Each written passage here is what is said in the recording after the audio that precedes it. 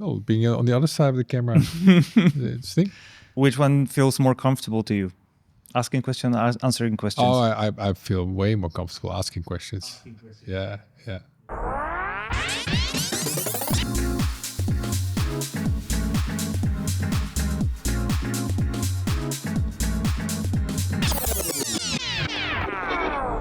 Hi everybody, I'm Simon Wu and this is Noisy Talks, and my today's guest is Robert Moorman. Robert, thank you so much for accepting that invitation. I'm really happy that we'll have a chance to talk today. Yeah, it was lovely. I've loved to learn more about you and talk about connection. Yeah, so Robert is a content creator with over 25 years of experience. Yeah. That's really something. And he's a creative director for Hunting with Pixels. Yeah. Could you tell us a little story in a nutshell of Hunting with Pixels? By the way, I absolutely love the name. I think it's great. Well, Hunting with Pixels was basically a bastardization of the English phrase of cooking with gas. Now we're cooking with gas, right? Like because when you start cooking with gas, stuff starts happening. And I was always found that I wanted a name that there's an activity that people understand that content is not something that you passively create. You create it with a goal in mind. You want to build a better life for yourself and your family because you build this business you love, right? And my job is to help people communicate about that thing they love. And that's the most fundamental question of every interview I've ever done in my life is, what makes you tick? Why are you an engineer or a truck driver or a CEO? Like, what is the thing that makes that worthwhile for you? And for me, what I get out of it is I've interviewed thousands of people. You always learn something new. There's always, to me, all of this is so gratifying because you learn something new about how the world works. And the more I learn about the world, the more grateful I am for stuff because I know what goes into it, right? I go into a supermarket like, oh man, logistics. Yeah. Someone trucked this stuff here, packaged it, made it safe. And now I can just create, yank it off a shelf and take it home and it'll be safe to eat and all of that stuff, right? So it made me aware of how interconnected we are and how we depend on each other so much. Before we dive into the topic that we want to chat about today, which is trust and connection, the podcast is called Noisy Talks, and you're also a musician. So I just wanted to ask you about what's your favorite album or song lately? What's new that you're listening to? I have discovered this band. It's not even a band. It's 4 guys with tables called C2C. And they made the most amazing pop music with 4 turntables. And it sounds, because they have all these kind of bluesy kind of samples that they scratch. And these guys are so tight. Because I thought, when I saw that album, I thought, this is all Pro Tools. Yeah. And you go live, it's like, it is 4 dudes with vinyl. And they recreated the whole album with just vinyl. Insane. Wow. They made 1 album in 2012, huge success, and then they just disappeared. Okay. Where are they from? France. Okay. No idea. Like, they stopped, and it was a fabulous album. A few hits, toured, got every award you could possibly imagine, and they just stopped at the top. Wow. But it was absolute eye opening to see them live. It's like, man, you can do that with turntables. Yeah, crazy. Wow, interesting. Yeah, I'll definitely listen to that. How is your music and your experience in that industry influencing what you do now? How is that influencing your approach to storytelling? I realized that it's really similar. So when I started playing guitar, like any 12-year-old, I decided I wanted to be the best guitar player in the world's ever seen. That's pretty much so. The more notes, the better. And at some point, I realized the point of playing an instrument is not ego, not showing how good you are. The point of playing an instrument is to make someone else sound good. So what can I play as a guitar player to make the vocalist sound better?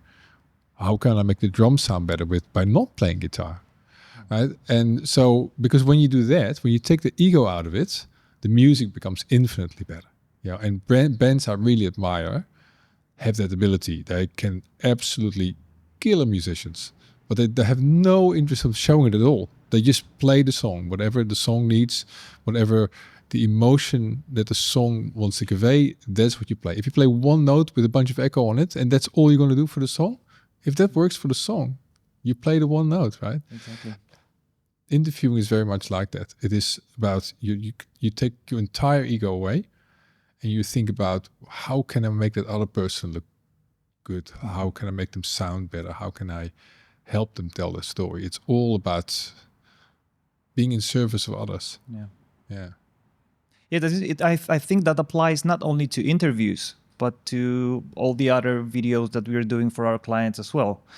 It's like, of course, there is this element of our vision and artistic expression when it comes to video production, but at the end of the day, our job is to make them look good and tell their story in the best possible way. Well, that's definitely a thing I noticed about, there are agencies whose goal is to win awards. So they make a hilarious commercial, really well shot, fantastic. You win the award, but you watch the commercial, you can't remember what product they were selling. Because it was just all about how clever it is. Sometimes, clever is not necessary. Sometimes you just need to keep it simple and get to the point. And I find it really interesting looking at the statistics of our own content we create for clients. Is sometimes the simplest things work the best. You make this fantastic homepage video with wind turbines, and there's, drone shots, and it's gorgeous. And then you, for the same company, would put a 15-second video of an engineer explaining something about the turbine, one shot, no edits, and that got them the deal. So you need the homepage video because that's the credibility piece. But sometimes something really simple, super relevant for only a handful of people can do wonders.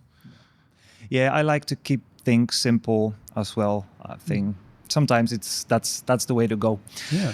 Let's talk about trust and the process of building it and building a connection with other people.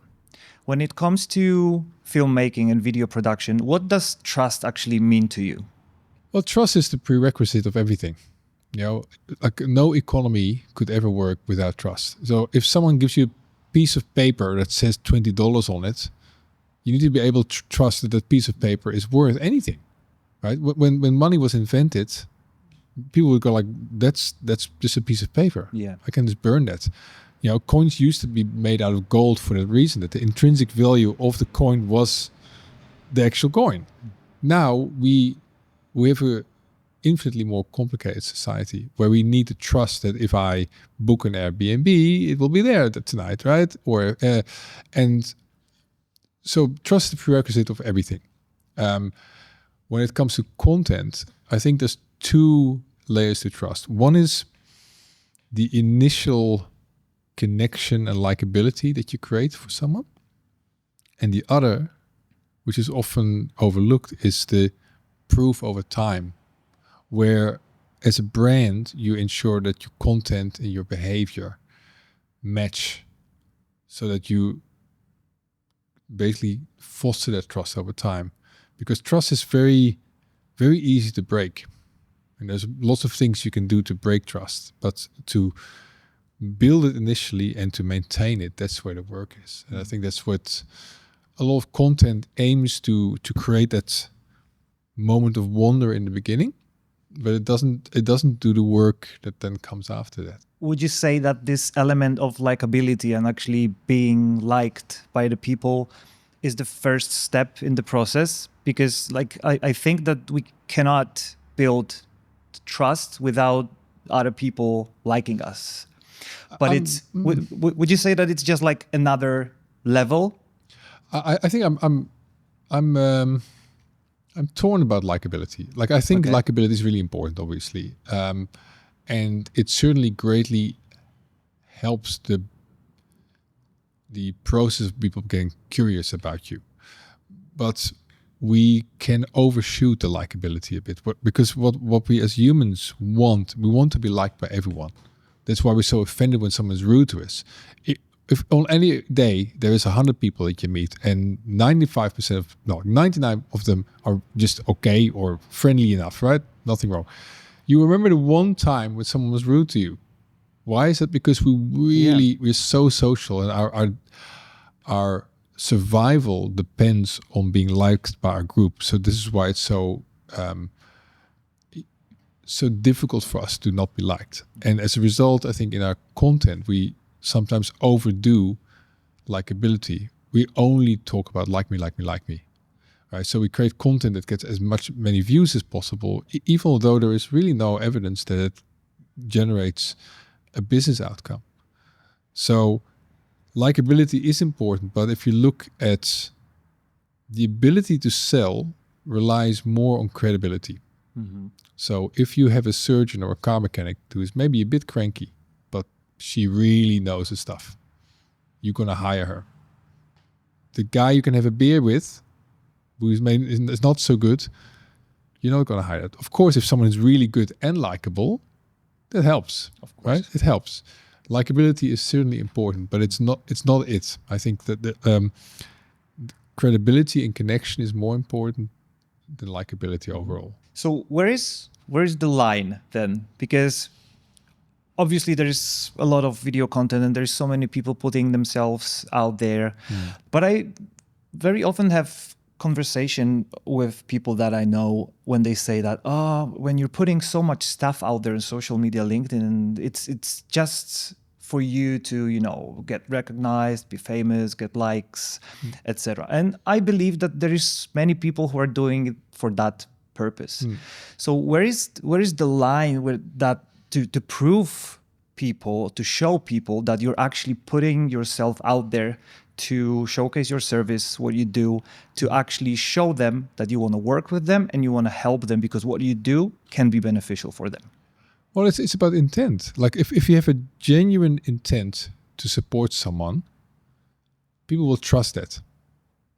If I can make a music analogy, if you play a song and halfway through the second verse you break into a really long guitar solo, is that useful for the song, or is it just to show how good you are as a guitar player?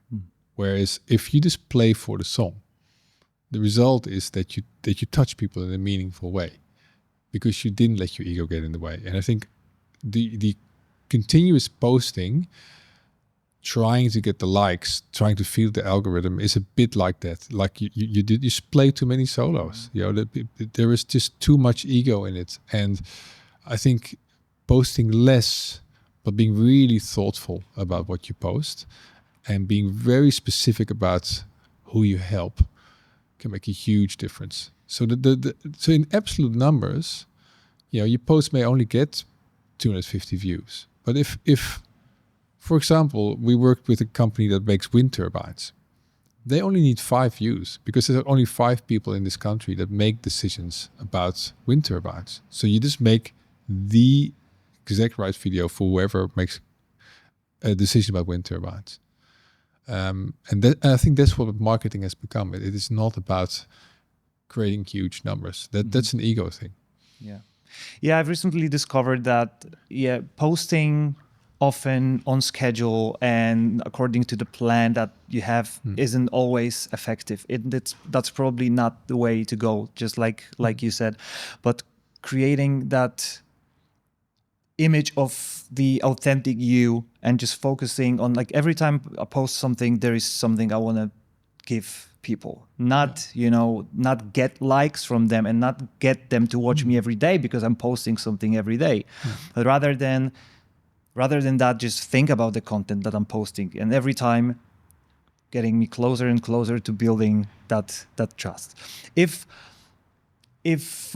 quantity and schedules and plans and content calendars are not the way to go, what are the key elements of a compelling storytelling and your actions and your presence online to build that connection and build the trust with other people?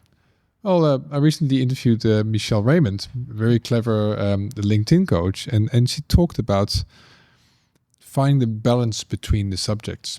So some subjects are about showing that you're an expert. right? And I think, the bulk of your content needs to be about your expertise, but there needs to be something about your personal values in there too. And the ratio according to her is, I think, 7-3. So you really get, the bulk is about expertise, but something has to be about your values and your personality. And it doesn't mean that you have to post really personal things or divisive political statements, which I definitely would not recommend. Yeah. But you can talk about, like I can talk about lights and cameras and interview techniques and video strategy, but every now and then you also need to talk about who you are, because ultimately people hire you.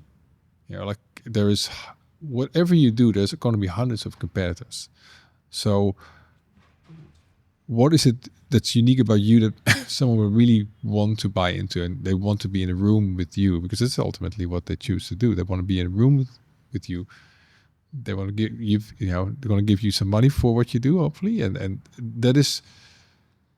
that requires a connection, and that connection comes from values, I think. So proven expertise, but also some key values that you hold dear. If you say, I deeply care about my clients, I value authenticity, I believe in trust. Like I'm a video producer who believes in trust. So if that's something that's important to you, you'll want to hire someone like me. Someone else says like, well, I love animation, or I love, fun, or I like that could be totally different things. And the fact that other people do things differently for me is not, that doesn't make it less valid. It is just the right thing for the right person.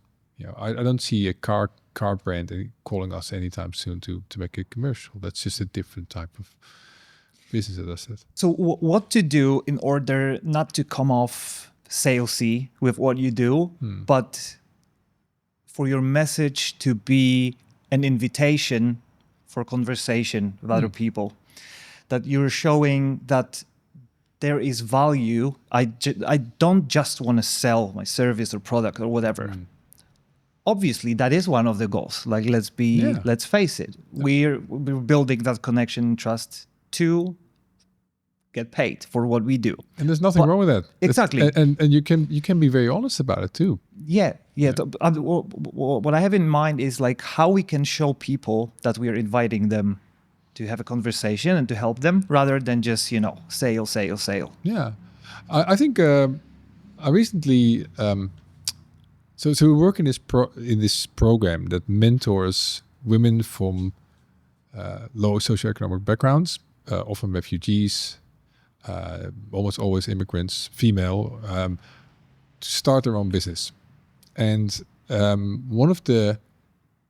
so they basically get a mini MBA in 4 months' time. And one of the parts of what they learn is to do a business pitch. Now, as soon as you say the word pitch to people, their palms get sweaty. Like, oh Jesus, now I have to do an elevator pitch. And it's like I dislike the idea of pitching. But when you reframe the idea of pitch to invitation, I would invite you to come and have a go with at our open studio day, or I would invite you to learn something new, or I would invite you to connect to us.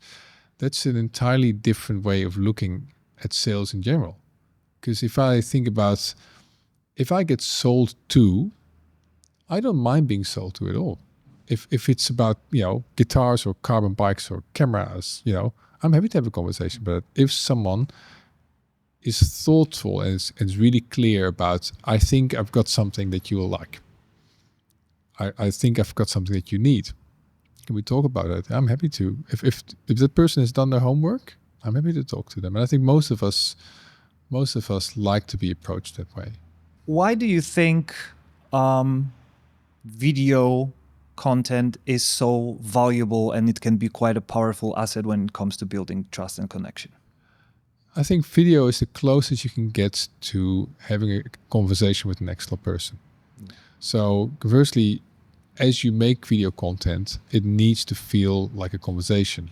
So in the TV days, video content was a presentation. It was a highlight. It was an event. You make a TV commercial, you make it really funny, or you make it really beautiful, and you pitch something at them, and that's it. I think social media is much more about a conversation, not a presentation. So if you have a conversation, it means that you also need to that you show that you're interested in the answers that you're getting. Invite people into the conversations, ask questions, but also be consistent and congruent and persistent. Like it takes time to get a conversation going. It takes time for people to trust you enough. So it is really about allowing the people the time to get engaged with the conversation you want to have with them in the first place. Talking about time and how long does it take?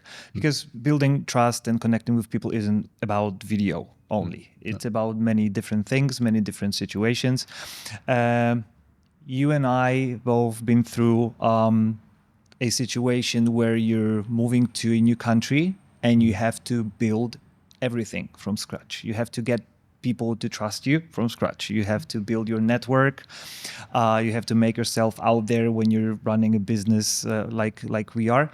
What were your experiences when you first moved to Australia and started making these connections with new people? Well, I moved here from London, UK, and in London everything is really quick. So you turn up, everyone has an accent. People don't even ask you about accents anymore because everyone is from everywhere. So that's off the table. I noticed in London there was a real openness and a really quickness about starting things. You can meet someone, you go like, oh, we should try to launch this product together, or we should collaborate. And people were very quick to jump on that. But if they didn't see you for 2 weeks, they would assume you're dead or you've immigrated. And so you would lose that. So you build a customer base quickly, but you lose it very quickly too. You never seem to stop pitching and you have to keep it going all the time. What I noticed about Australia is that it takes a bit more time for people to trust you. It takes a bit more time to build this connection. You can't just throw a pitch at someone or like, hey, look at my work and how about have a coffee? That it just doesn't. That was not my experience. That's how it works here. They need to see that you keep turning up for them. But once you do, I find that the clients I have are also more loyal. They stick around more. They'll call you 1.5 years later, like, oh, I've got this new project. They don't just throw it out at the tender.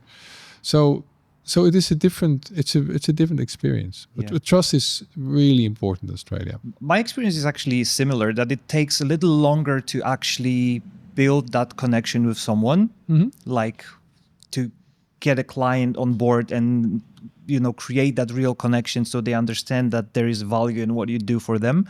But once you do, you've got like a retainer contract. You know what I mean? Once you've delivered properly and like of highest quality and you did the best job, they would, as you said, they would stick around and they would want to like pursue and just continue that relationship with you. Yeah, and the reality is, and I say that to the people I mentor, is like, as an immigrant, you're going to have to work harder. You're just going to have to work harder than the locals because you're not incumbent. You don't have the cultural reference or the right accent, and it is a barrier. People go like, oh, what's that? And it's not even very conscious, but it's just less familiar. And I think you just have to work harder on the trust bit. When people are trying to build that connection with their audience, their goal is to build that credibility, trust, and connection. What mistakes are they often doing? There are lots more ways to break trust than to build trust. It's fickle, and that's why we are afraid of it. I think that's why, as human beings, we try to, like, if you point the camera up, most people, they go, oh, they freeze, and it's because we worry about everything that can go wrong. And I think with trust building, there are definitely things that break it, like being incongruent, being inauthentic, trying to control the message too much, that people start scripting things, try to kind of come up with clever one-liners and learn by heart, and all of that stuff shows up in how you come across. Because what I often see is that a marketing team might try to control the message out of fear that people get it wrong. So they script the whole thing, put it on the auto cue, put their head of engineering in front of an auto cue, get the lady to read the whole thing out, and then you look at it as like, yeah, that looks a bit stilted. Mm-hmm. That's unsurprising, because what you're asking people to do is the skill that news presenters learn over years, the skill that actors go to acting school with for years. Why would we expect our business leaders or our team to pull that off? You know, I think this the safer bet is to allow less control, and it's really counterintuitive, because our tendency is to control the message. But the more we control the message, the more we get very prescriptive about what to say and how to say it, and we ask people to do 5 takes, and we ask them to read out all the cue scripts, the worse it becomes. And what you then get is something that just doesn't land. And on top of that, you get the sunken cost fallacy. You know, we already paid $5,000 for this thing. We're going to put it out there no matter what. And then you get a corporate video that everyone is too polite to tell you to your face, man, that thing is not working for you. So it just sits there and actually damages your brand. So your best insurance policy against that is to double down on authenticity, to try things, to be okay with it not working out, and course correct where necessary. Most importantly, surround yourself with people who are willing to be a sounding board. And that's often producers like ourselves, but also good advisors, just people who can really see and will give you an honest, educated point of view that's based on experience on what is actually working out for your brand. Because I think that's the biggest mistake. I think just wanting to control the message too much. There's a lot of people who are having a great story. They're like super authentic, but for some reason they just they can't find a way to message it to the world with the video content for many reasons. They don't feel comfortable on camera. They don't have creative ideas for the video content. What should they be focusing on? Because like if someone just doesn't feel comfortable in front of the camera telling their story, but they know that it could be a way for them and that could be beneficial for them, should they just learn that? Is this what is important, being on camera? Is that a relevant and important skill, or rather something deeper, like working on what you call having your own voice? I think a lot of us have a great story in us. Mm-hmm. And my experience is, of the thousands of people I've interviewed, I've never had a dull interview. There's always an angle, there's always a story to find. Everyone is interested, everyone is interesting when you understand them well enough. Right? So everyone has that ability to tell stories, to share the stories, because everyone can do it in conversations just fine. So why doesn't it work when you turn on the camera? Because the first thing that happens is that people try to do it themselves. So almost nothing worthwhile is created in isolation. You need people around you who can support you, who can be your cheerleaders, who can be the people who give you some honest truths that you need to hear, people who can see where you need to grow and to improve. So where people often fail is they try to start with DIY video. My experience is make your first few bits of content together in a collaborative way with someone. It doesn't have to be, a very expensive video producer, but it can just be really helpful to be interviewed by someone, to have a sounding board, to get a bit of feedback. Once you found your voice, your way of doing things, your subjects that obviously light you up, then develop a strategy on how to possibly do it yourself or find a cost-effective way to do it. Because once you do that, once you find your voice, once you find that subject that lights you up, that's interesting to you, it's really easy to sustain. But if it's presenting to camera, if you have to script the whole thing, if it doesn't really light you up, it becomes a chore and you won't want to do it. And the reality is, all of us entrepreneurs are super busy. They don't have spare time to make video. Yeah.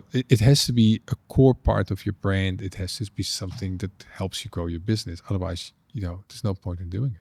Let's imagine that we're talking to someone who's at the beginning of their journey. They started a new business. They need to build that connection with their target audience. What are 3 key elements, in your opinion, to focus on when building this connection? Well, I think the first thing is to really be you on camera. Authenticity. And that is something you need to practice.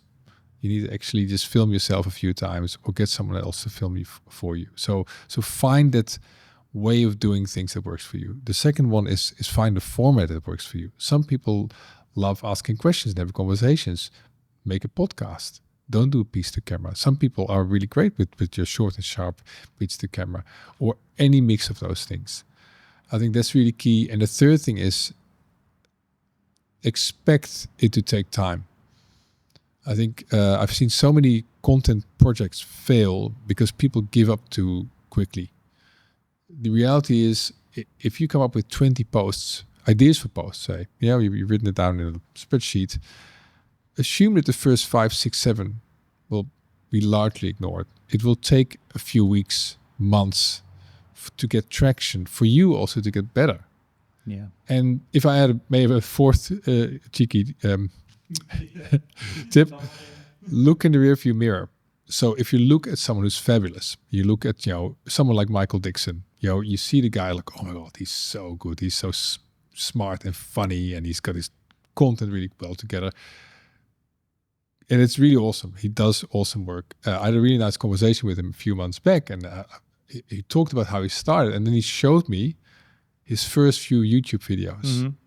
And it's like, oh, that's a world of difference. Like, he hadn't figured out what he wanted to talk about. He was shy about it. He was, but he didn't delete those videos, which I love. It's like that's me. That's how I started. Yeah, almost everyone who's fabulous now wasn't always fabulous. They all were, but okay, maybe at best. So if you know that, accept that is the level that you're gonna get at. You start, it's not gonna be Brené Brown from day one. It's gonna be okay, and that's fine. Okay is good enough, because Brené Brown got where she was by just being okay to begin with.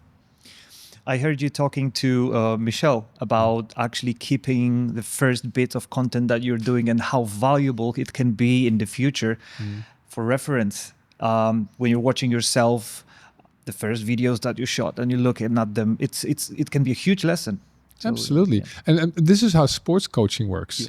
Yeah. If the first time, I remember I was a really keen cyclist when I was younger, and my first race was atrocious. I got dropped, I got lapped, my bike was the wrong size, I didn't have the right shoes. These guys absolutely hammered me. But it's like, oh, there's so much to learn here. And that's what the coach says. Like, just turn up next week. We'll get you a better bike fit. We'll get those improvements. And and a few months later, the growth you go through is enormous. But the job of the coach is to make sure that you don't get discouraged by your first race, because the beginning of everything is a bit rubbish at best. Exactly.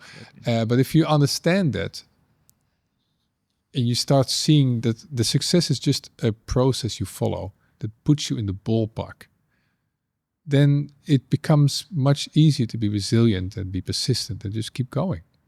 Thank you so much, Robert, for your time. It was really lovely chatting to you today. You're welcome. Thank you so much. And thank you, everybody, for watching our episode. Thanks.